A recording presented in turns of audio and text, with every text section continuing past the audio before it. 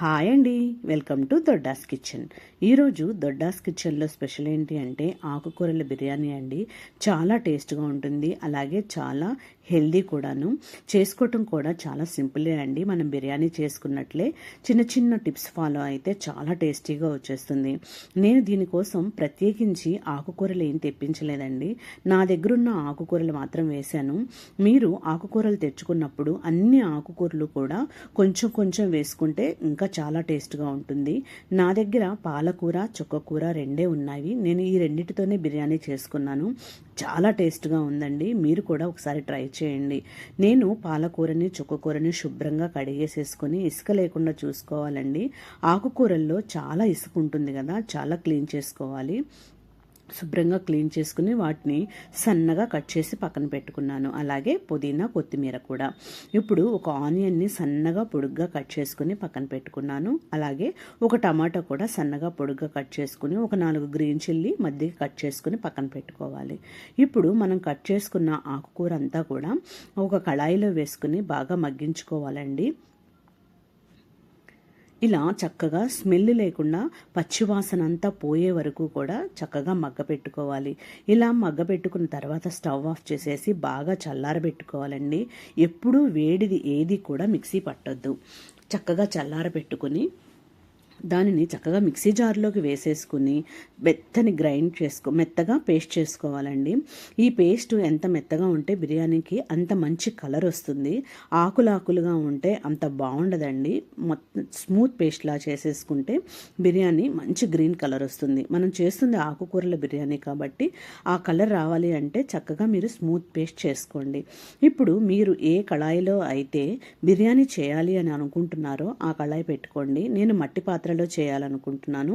అలాగే పెట్టేసుకున్నాను. అది కొంచెం వేడైన తర్వాత ఇప్పుడు నేను నెయ్యితో చేస్తున్నానండి. నెయ్యితో చేసుకోండి, చాలా బాగుంటుంది. ఆయిల్ కన్నా కూడా బిర్యానీలో నెయ్యి మంచి ఫ్లేవర్ వస్తుంది. నెయ్యి కొంచెం వేడిన తర్వాత నేను కాజు వేసుకొని చక్కగా వేయించేసుకున్నాను. కొన్ని తీసి పక్కన పెట్టుకున్నానండి పైన గార్నిషన్ కోసం. తర్వాత ఇంకొన్ని అందులోనే ఉంచేసాను. ఇప్పుడు మనం బిర్యానీకి ఏ మసాలాలు అయితే వాడతామో చెక్క, లవంగ, ఇలాచి, ఇందులో కొంచెం మిరియాలు కూడా వేసుకోండి, చాలా టేస్ట్గా ఉంటుంది.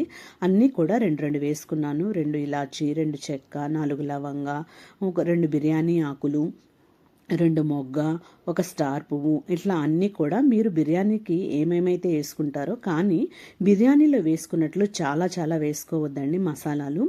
మనం చేస్తుంది ఆకుకూర బిర్యానీ, పొట్టకి హాయిగా ఉండాలి కాబట్టి ఆ ఫ్లేవర్ కోసం కొంచెం కొంచెం వేసుకోండి. ఖచ్చితంగా ఇందులో సోంపు వేసుకోండి, చాలా బాగుంటుంది. ఆకుకూర బిర్యానీలో ఒక స్పెషల్ టేస్ట్ ఏంటి అంటే సోంపు. అది చాలా టేస్ట్గా ఉంటుంది, ఒకసారి ట్రై చేయండి. నేను కొంచెం సోంపు వేసుకున్నాను. అట్లాగే కట్ చేసుకున్న ఆనియన్స్, గ్రీన్ చిల్లీ కూడా వేసుకుని మూత పెట్టుకుని చక్కగా మగ్గనిచ్చుకోండి.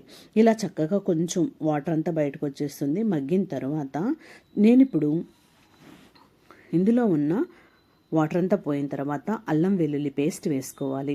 అల్లం వెల్లుల్లి పేస్ట్ కూడా చాలా ఎక్కువ పట్టదండి, 1 స్పూనే వేసుకున్నాను నేను.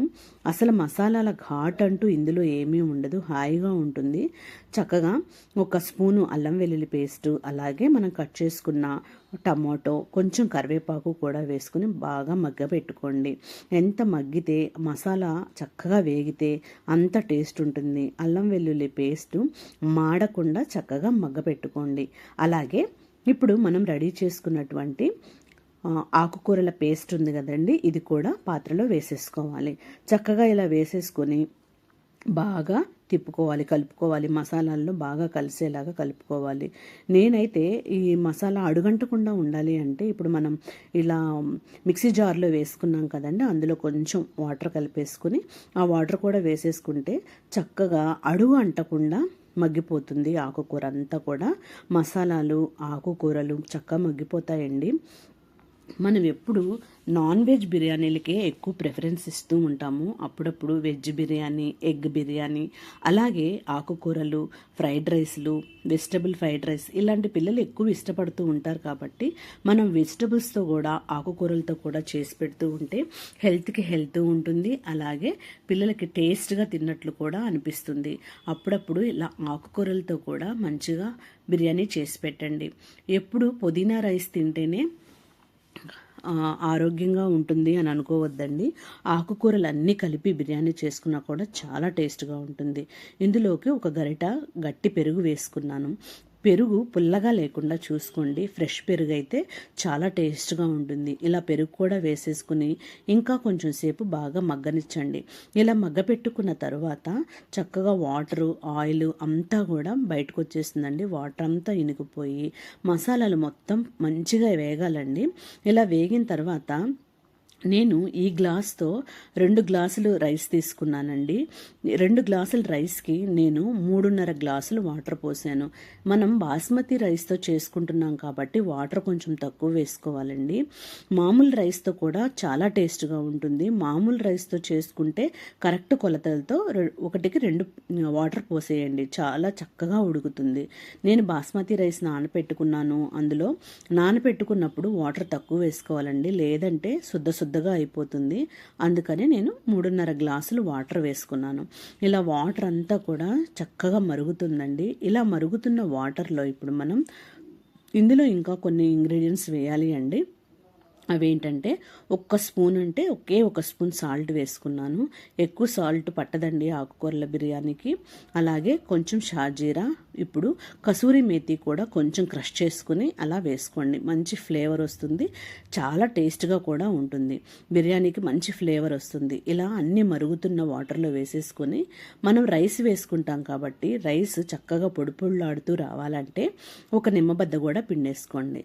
పిండేసుకుని ఇలా చక్కగా మరిగిన తర్వాత ఇప్పుడు మనం నానబెట్టుకున్న బాస్మతి రైస్ని కూడా వేసేసుకోవాలి.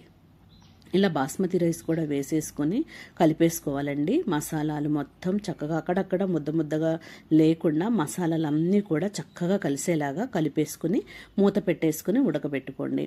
ఇలా కొంచెం సేపు రైస్ ఉడకాలండి. మూత పెట్టినంత మాత్రాన రైస్ వాటర్ తక్కువే వేసాం కాబట్టి ఏమీ చిమిడిపోదు, అలా శుద్ధగా అవ్వదు, చక్కగా ఉడుకుతుంది. ఇలా వాటర్ మొత్తం ఇనికిపోయే వరకు కూడా హైలోనే పెట్టండి.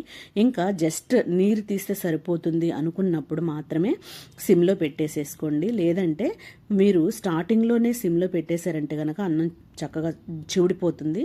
కాబట్టి ఇలా కొంచెం సేపు హైలో పెట్టుకుని ఇంకా నీరు తీస్తే సరిపోతుందన్న వాటర్ ఉన్నప్పుడు మనం వేయించి పక్కన పెట్టుకున్నటువంటి జీడిపప్పులు, అలాగే కట్ చేసుకున్నటువంటి కొత్తిమీర కూడా వేసుకొని కొంచెం ఒక 2 స్పూన్స్ నెయ్యి వేసుకోండి.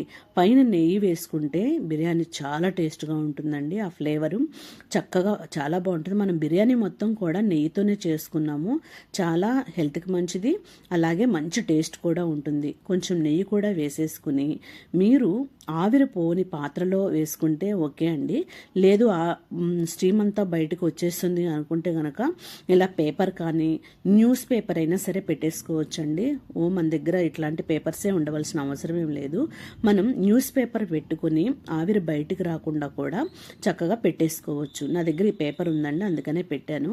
మీ దగ్గర న్యూస్ పేపర్ ఉన్నా కూడా పెట్టేసుకుని పైన మూత పెట్టేసేయండి. ఇలాంటి మట్టి పాత్రలో కాకపోతే మామూలు పాత్రలో పెడితే కొంచెం పైన ఒక గిన్నెలో వాటర్ పట్టి పెట్టండి. పైన బరువుకు కూడా చక్కగా ఆవిరంతా బయటికి పోకుండా ఉంటుంది. ఇలా చక్కగా మూత పెట్టేసేసుకొని ఆవిరంతా పోయే వరకు పెట్టుకున్నానండి. కుండ మనం ఆఫ్ చేసిన తర్వాత కూడా చాలా వేడిగా ఉంటుంది కాబట్టి నేను ఓన్లీ ఒక 5 మినిట్స్ మాత్రమే పెట్టుకున్నానండి సిమ్లో. తర్వాత ఆఫ్ చేసేసి వేడిగా సర్వ్ చేసుకోండి. చాలా టేస్టీగా ఉంటుంది. నేను రైతాతో తిన్నానండి, చాలా టేస్ట్గా ఉంది. మీకు కావాలి అంటే ఆలు కుర్మా లేదా పన్నీర్ ఏదన్నా చేసుకోండి, చాలా టేస్ట్గా ఉంటుంది. ఉట్టి పెరుగులో తిన్నా కూడా చాలా టేస్ట్గా ఉంది. ఒకసారి ట్రై చేసి ఎలా వచ్చిందో నాకు కామెంట్ చేయండి. Please subscribe my channel దొడ్డాస్ kitchen.